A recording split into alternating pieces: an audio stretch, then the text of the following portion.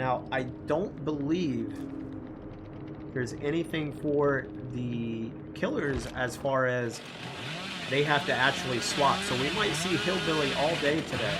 MarLin starting out, chainsawing through the middle of the map, is able to see a Dwight on a generator immediately, but that turns into a Claudette. We've got two people here. A little bit of a whiff on the window. A little bit delayed.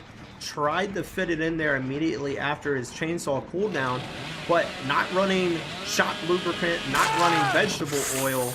Manages to get the down on Heineken?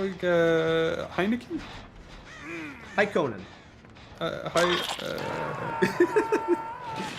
Now the Dwight, no prestige gear, default outfit, immediately on a hook. It's showing. It's showing. You can kind of tell. It's more apparent here than in most places that the clothes you wear do accurately represent your ability to play the game. That could be very true. Here we have MarLin returning to the hook. Looks like he's going to be in a chase with Meg here. Macro now playing the jungle gym.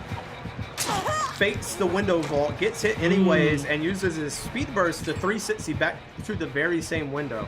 Now, do you think that was the right move? No. I don't even think he faked the window vault there. Yeah, he was. Oh, Drops now the pallet. pallets are so safe. That could have in a past life of Dead by Daylight, in a past tournament, that could have equaled a hit for MarLin. It could but have, it looks but like Macro is able to use the outside of the map, able to extend the chase an extra 2 seconds after that whiff. There's some plays we got to talk about here.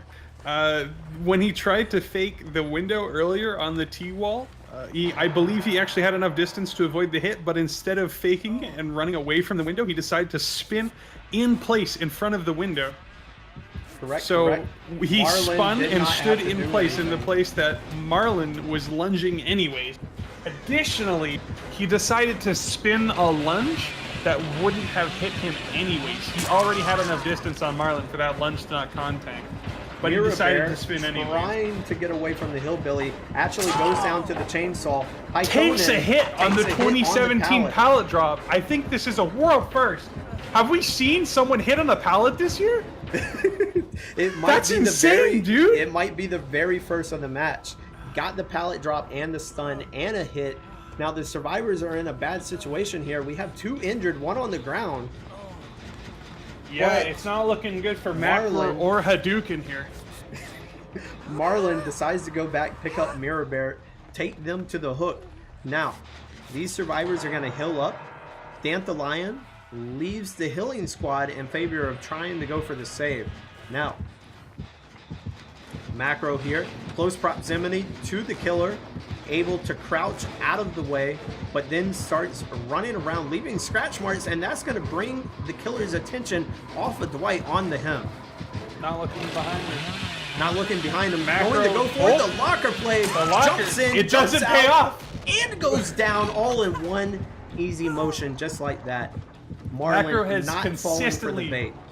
consistently prioritized style over everything else this tournament.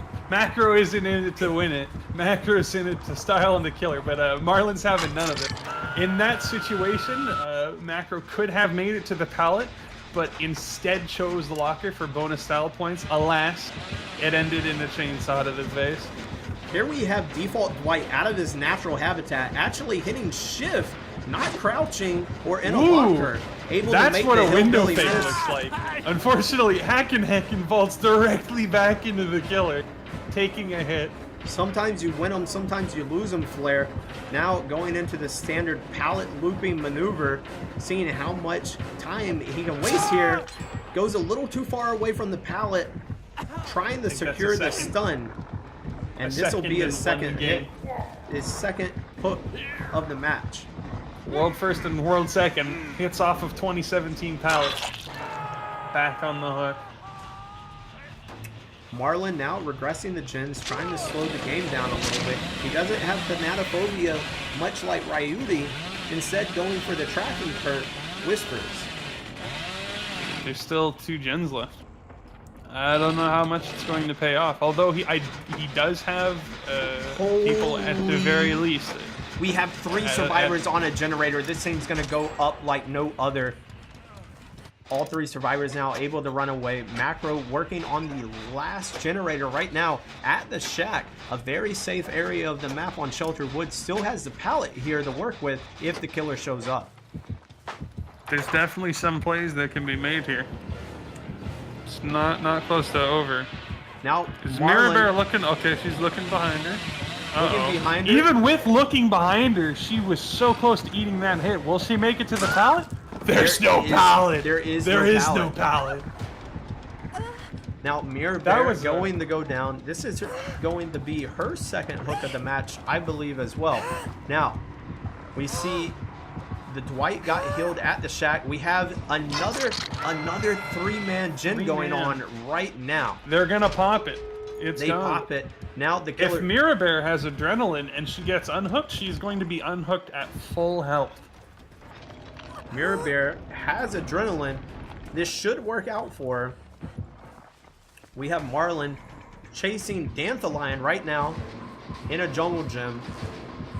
Has a pallet and a window to work with now.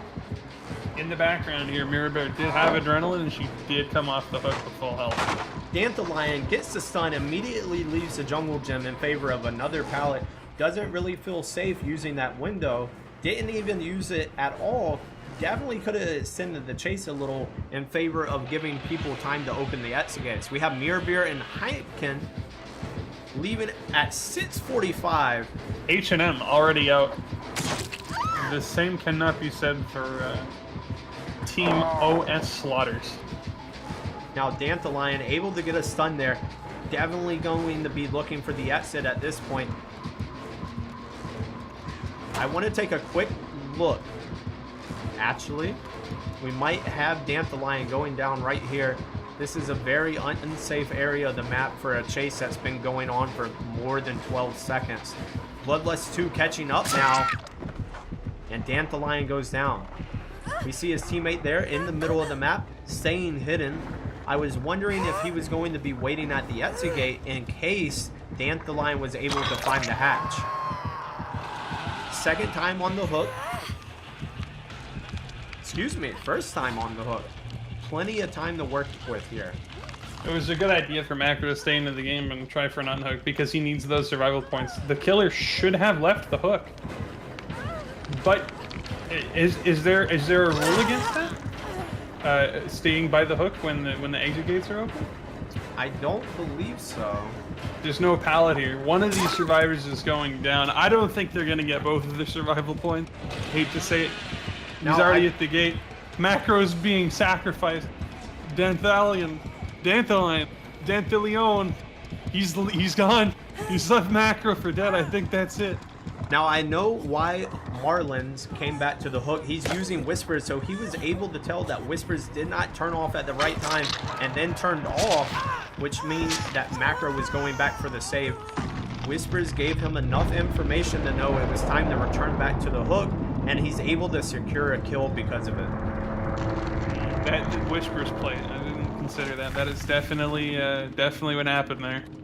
So it looks like Team H&M with Mirror Bear and Heckler and Cock is moving forward